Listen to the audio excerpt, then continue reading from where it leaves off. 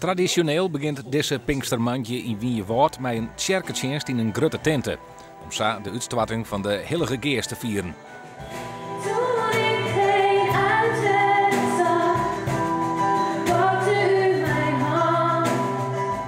De organisatie in Wienjewoord moest dit hier uitwieken naar een oorplak. Om het oude terrein wisselen van eigenaar.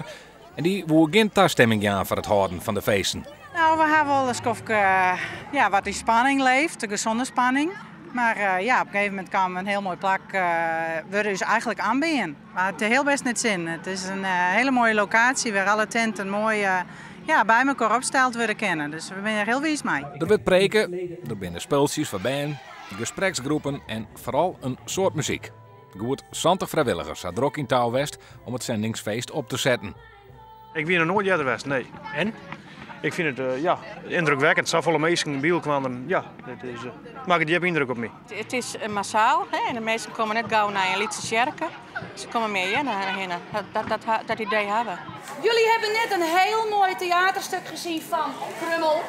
En Krummel die was een rups en die veranderde in een hele mooie...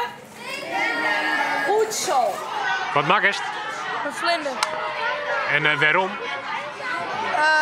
Omdat iedereen de kleuren van de Heilige Geest krijgt. Ik denk dat een hulp voor de jeugd en oudere mensen wat veiligheid ziet. Dat is mijn vermoeden. En dat financieren? Onder andere, ja.